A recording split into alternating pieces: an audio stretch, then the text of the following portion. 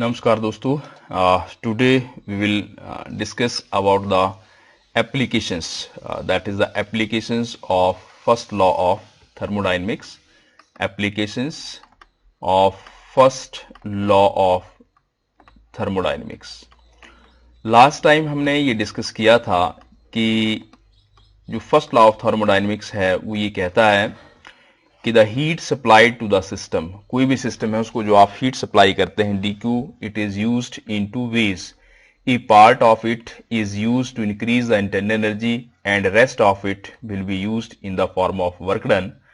और इसको हम ऐसे लिख सकते हैं dq it is equal to du plus pdv. ये फर्स्ट लॉ की मैथमेटिकल इक्वेशन है.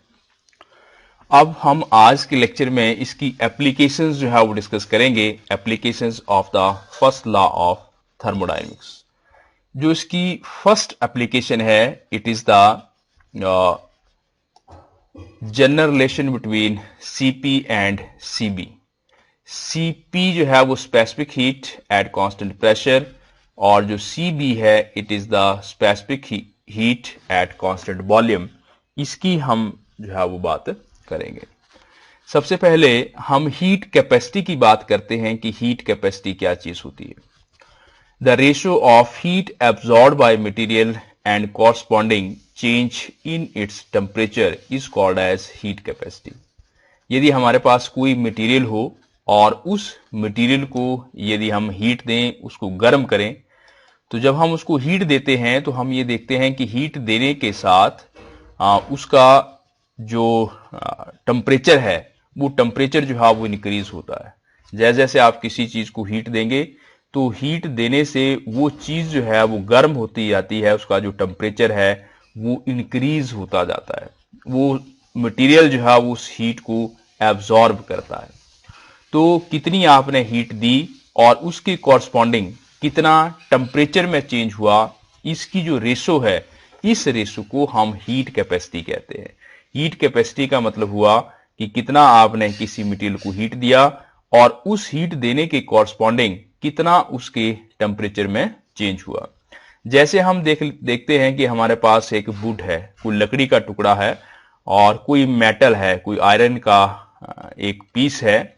यदि आप इन दोनों को गर्म करें तो आप देखेंगे कि जो लकड़ी का टुकड़ा है वो बड़ा धीरे धीरे गर्म होगा, जबकि मेटल जो है वो जल्दी जो है वो गर्म हो जाएगा.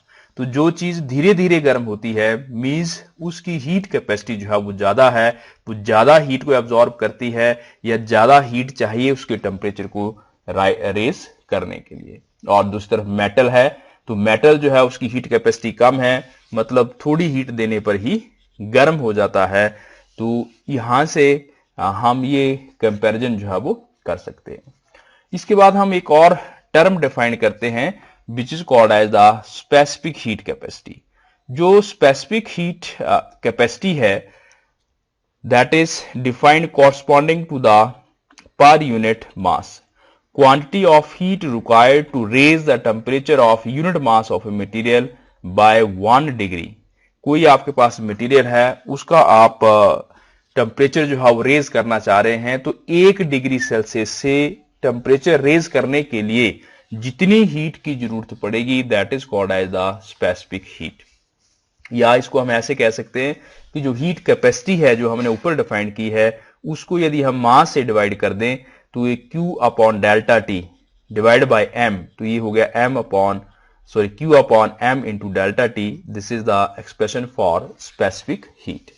यदि आप स्पेसिफिक हीट ऑफ वाटर की बात करें जो कि जनरल लिक्विड है, तो इसकी 1 किलो कैलोरीज पर ग्राम पर डिग्री सेल्सियस होती है. और इसको यदि जूल में कन्वर्ट कर दिया जाए then it is 4.18 into 10⁻³ joule per kilogram degree Celsius जो है ये स्पेसिफिक हीट होती है वाटर की.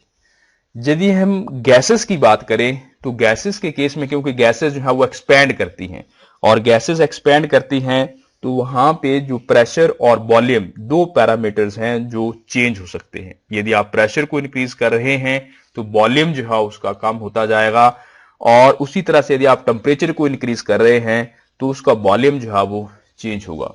तो जब हम स्पेसिफिक हीट गैसेस की स्टडी करना चाहते हैं, तो क्योंकि हमारे पास दो पैरामीटर्स होते हैं, प्रेशर और वॉल्यूम, दोनों ही वेरी करते हैं, इसलिए जब हम इसकी स्पेसिफिक हीट को स्टडी करते हैं तो दो में से किसी एक पैरामीटर को हम कांस्टेंट मान लेते हैं। तो जब आप स्पेसिफिक हीट फाइंड आउट कर रहे हैं और प्रेशर को कांस्टेंट ले रहे हैं, उसमें जो स्पेसिफिक हीट होगी उसको specific heat at constant pressure कहते हैं और उसको हम सीपी लिखते हैं। और दूसरी, जब आप वॉल्यूम को कांस्टेंट मानते हैं तो उसमें जो स्पेसिफिक हीट होती है एट कांस्टेंट वॉल्यूम, उसको हम सीबी लिखते हैं। तो ये दो डिफरेंशिएशन है। Cp, it is the specific heat of the gas when pressure is assumed to be constant, and Cb, it is the specific heat of the gas when volume is assumed to be constant. और जब हम इस relation को देखते हैं तो यहाँ पे Cp और Cb के बीच में एक रिलेशन आता है, Cp minus Cb it is equal to R, where R it is the gas constant, और ये इंडिकेट करता है कि जो Cp की वैल्यू है वो Cb से ज्यादा होती है। तो आज हम यही एक जनरल एप्लीकेशन जो है फर्स्ट लॉ की देखेंगे कि ये जो रिलेशन है Cp minus C B is equal to R, इसको हम ड्राइव करेंगे और ये हम एक्सप्लेन करेंगे कि Cp जो है वो Cb से ज्यादा क्यों होता है।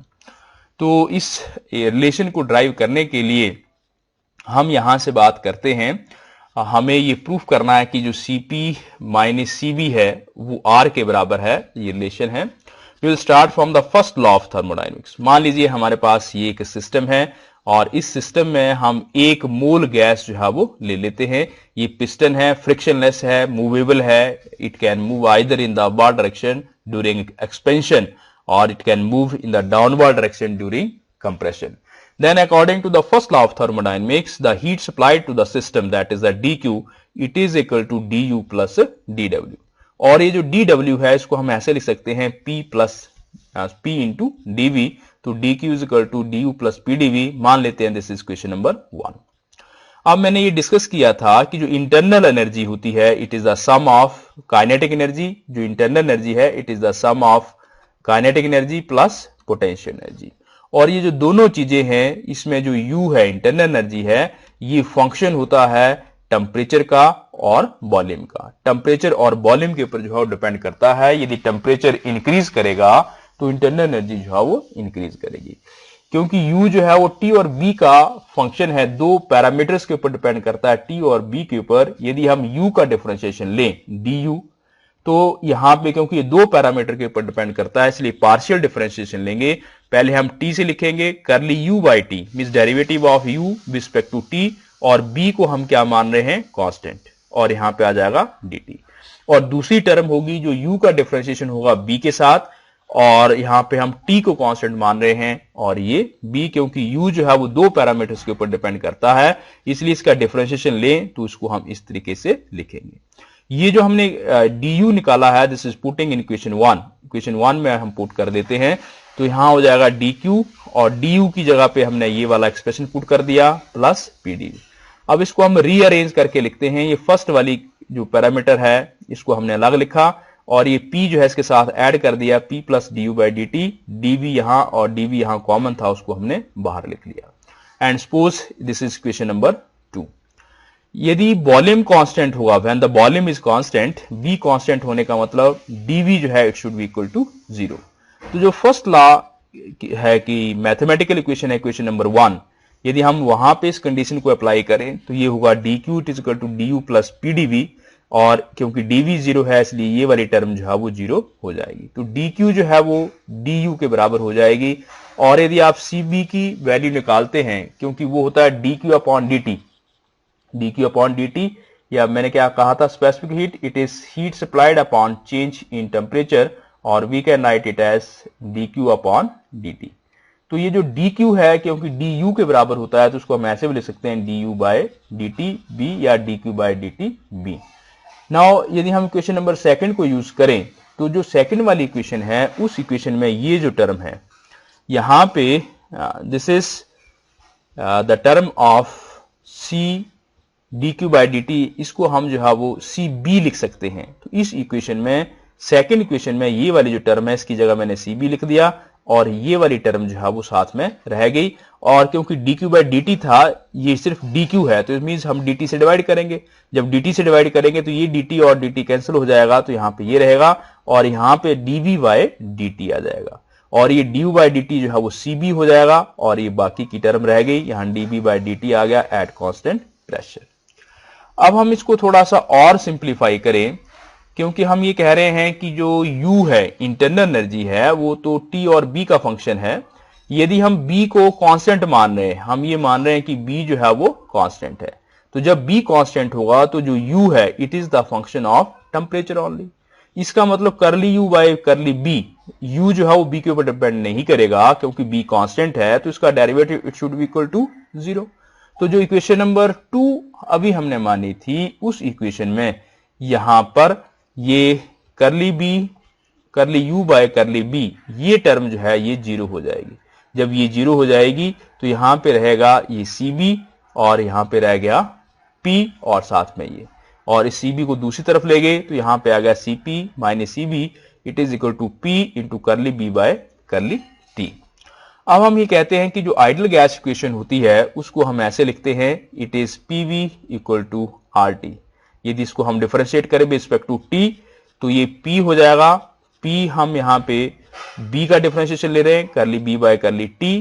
और दूसरी चीज, यदि हम यहाँ पे क्या मान रहे हैं, P को मान रहे हैं कांस्टेंट। यदि P कांस्टेंट है तो सेकेंड टाइम में B बाहर आ जाएगा और P का डेरिवेटिव होगा तो वो क्या हो जाएगा 0। और यहाँ पे T के साथ कर रहे हैं, इसलिए T का डिफरेंशिएशन 1 हो जाएगा, तो it is equal to R। तो ये वाली जो टर्म है ये इकट्ठे तौर पे R के बराबर हो जाएगी। तो हमारे पास ये इक्वेशन आ गई, Cp minus Cb is equal to R and this indicates that Cp is greater than Cb। और ये जो फॉर्मूला हमने ड्राइव किया है Cp minus Cb is equal to R, it is also called as Mayer's formula, क्योंकि ये equation clearly show कर रही है कि जो Cp है वो Cb से ज्यादा है। अब क्वेश्चन ये है कि ऐसा क्यों है। यदि हम प्रेशर को कांस्टेंट मानते हैं, जब प्रेशर कांस्टेंट होता है, फर्स्ट लॉ ये कहता है कि dq it is equal to du plus pdv। When pressure is constant, उसमें जो हीट आप देंगे सिस्टम को, उसका कुछ हिस्सा इंटरनल एनर्जी को इंक्रीज करने के लिए यूज होगा और कुछ जो है वो वर्क के लिए इस्तेमाल होगा। मगर यदि वॉल्यूम जो है वो कांस्टेंट होगा तो dq और it is equal to du, क्योंकि dv की वैल्यू जो है डेरिवेटिव वॉल्यूम 0 हो जाएगा, तो ये वाली टर्म जो है वो 0 हो जाएगी। मींस कोई भी एक्सपेंशन नहीं होगी, कोई वर्क नहीं होगा। तो इस केस में जितनी भी हीट आप देंगे वो सारी की सारी जो है वो इंटरनल एनर्जी को इंक्रीज करने में इस्तेमाल होगी। तो कहने का मतलब ये है कि यदि प्रेशर कांस्टेंट होता है तो उस केस में जो आप हीट देंगे उसका एक हिस्सा वर्क में इस्तेमाल हो रहा है, जबकि वॉल्यूम में ऐसा नहीं हो रहा है। इसका मतलब यदि प्रेशर कांस्टेंट रखते हैं तो आपको ज्यादा हीट जो है वो देनी पड़ेगी सिस्टम को उस टेम्परेचर तक ले जाने के लिए। यही कारण है कि Cp की जो वैल्यू है वो Cb से ज्यादा होती है। तो ये एक इंपॉर्टेंट रिलेशन है, एग्जामिनेशन पॉइंट ऑफ व्यू से अक्सर जो है वो एग्जाम में पूछा जाता है। सिंपल क्वेश्चन आता है कि ड्राइव दिस रिलेशन या proof that Cp minus Cb is equal to R, या कई बार ये पूछता है कि why Cp is greater than Cb। तो ये दोनों बातों के जो आंसर्स हैं वो मैंने आपके साथ जो है वो डिस्कस किए हैं। आप इसको एक बार कंप्लीट ड्राइव करके इसकी जो है वो प्रैक्टिस कर सकते हैं।